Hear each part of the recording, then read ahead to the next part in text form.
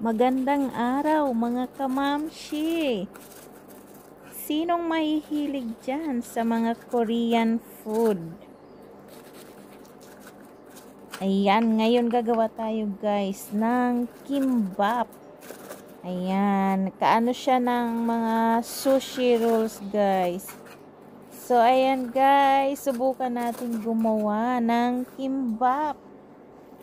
Ayan, nakikita nyo naman guys, crispy yung kanyang ibabaw.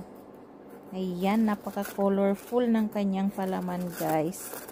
So ayan, samahan nyo ko guys. I-try natin gumawa ng kimbap o sushi rolls. Ayan, bago yan, mag-intro muna tayo.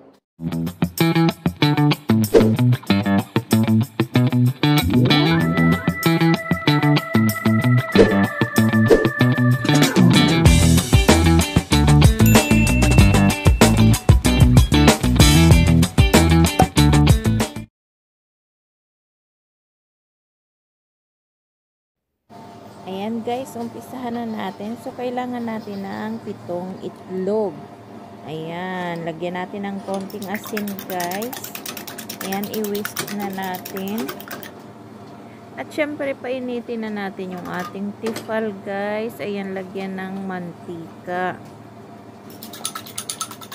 Syempre, pag mainit na, pwede na natin ilagay yung itlog guys. Ayan, scrambled egg yan guys. Pero hindi ko po siya hahalu-haluin dahil mamaya hihiwain natin siya ng pahaba. So, ayan guys, i-ano lang natin sa gilid-gilid yung liquid pa yan para tumigas siya.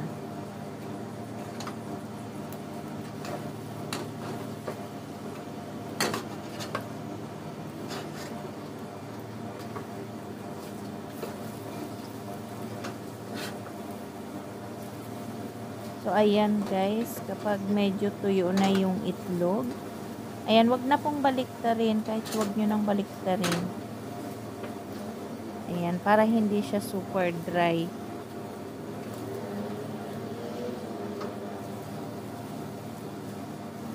Ayan guys, okay na yan guys. Pwede na natin siyang ilipat ng lalagyan guys.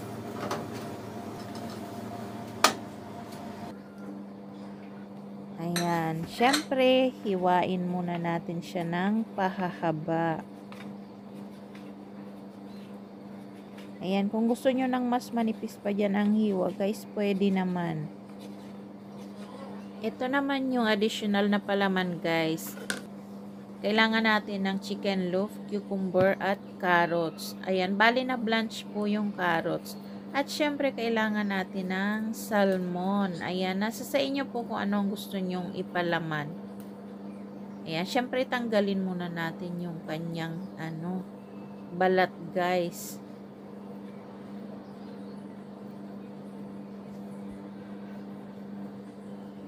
Ayan, hindi masyadong expert si host sa pagtatanggal ng balat, guys. Ayan, pasensya na kayo. So, ayan, pagkatapos nating balatan, hiwain natin ng maninipis, guys. Ayan, pahaba lang. Ayan, so ilang piraso lang po yan na hiwa.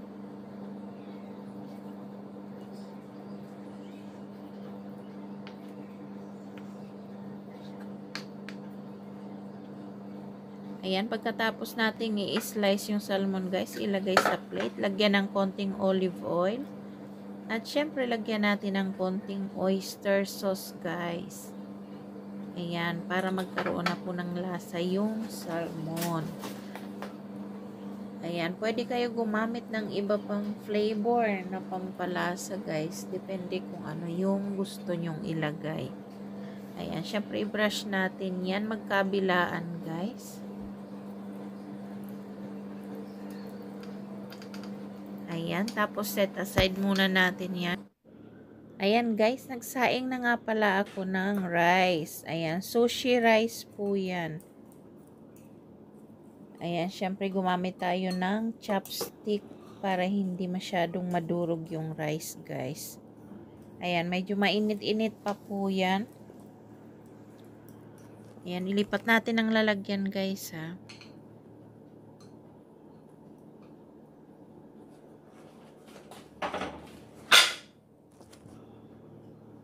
Ayan, ilagay natin yung vinegar, guys.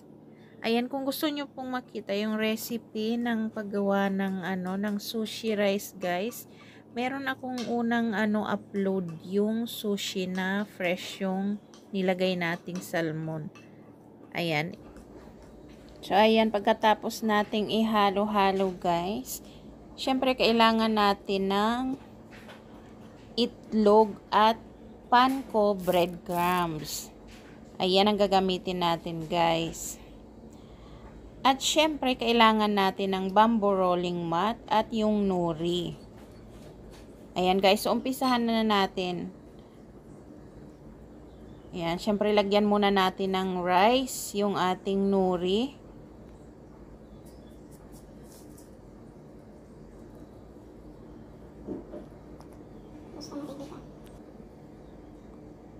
At syempre, lagyan natin ng cucumber, guys.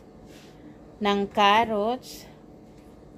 Guys, yung carrots na ginamit ko, blinanch ko muna siya para hindi super tigas, ha.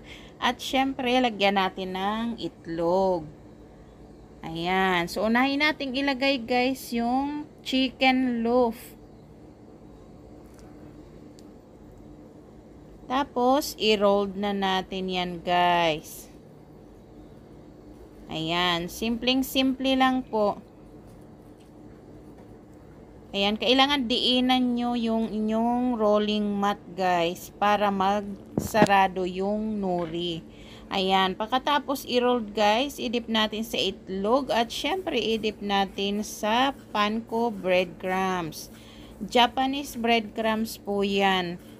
Yaang medyo malalaki ang kanyang texture. So, ayan, guys. Okay na. Nalagyan na natin. Ituloy natin yung iba, guys. Ayan. Syempre, i-roll na naman natin dyan.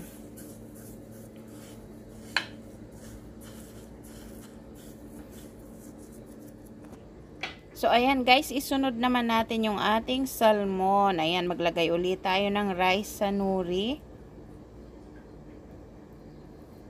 Ayan. Kailangan i-flat nyo yan, guys.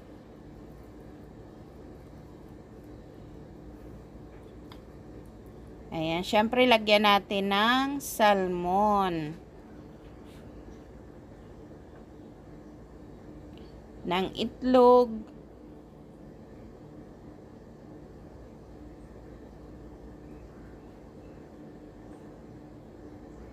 At syempre ng cucumber, guys. Ayan, so tinanggal na natin yung carrots. Ayan, tapos i-roll na natin yan, guys. Ganyan lang po kasimple, napakadaling gawin lang.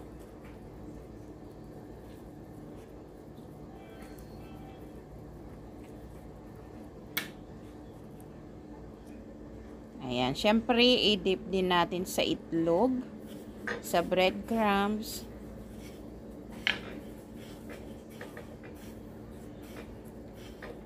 Ayan, guys.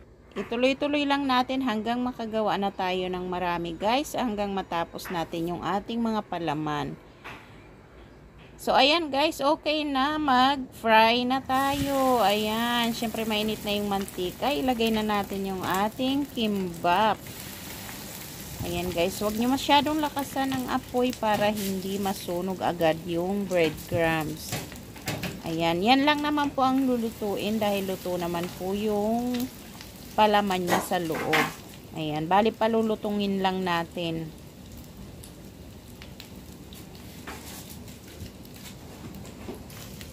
Ayan, kapag nag-brown na, guys, ibaliktad na. Huwag niyong iiwanan, guys, kapag nagpiprito na kayo kasi napakabilis po niyang masunog. Mabilis maluto yung breadcrumbs, guys.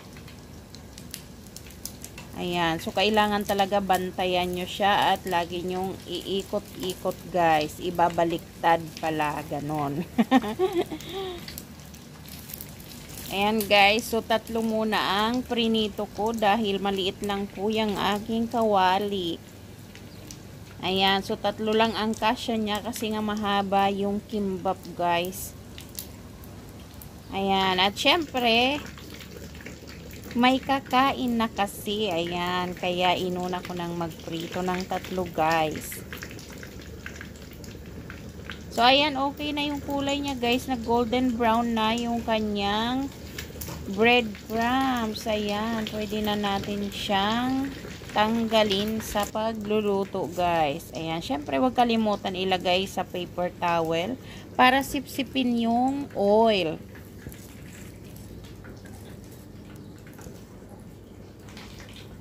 Ayan. So, ang oil niyan guys, nasa labas lang naman po siya at mabilis talagang magtuyo. Hindi po yan pumasok sa loob ng rice. So, ayan. Hiwain na natin guys.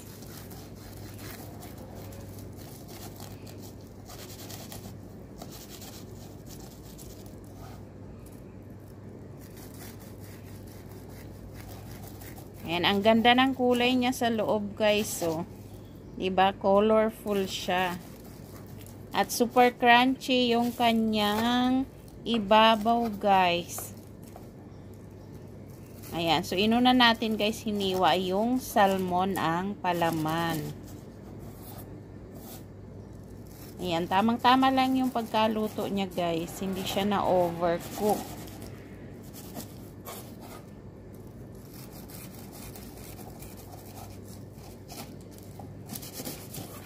Ayan, so itry nyo nang gumawa guys. Napakadali lang po at siguradong masasarapan kayo.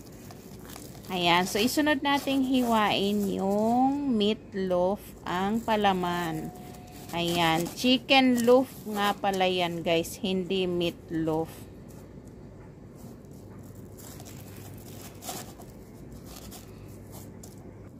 Ayan, so kahit anong palaman guys, pwede nyong ilagay. Nasa sa inyo po yan kung ano ang gusto nyo.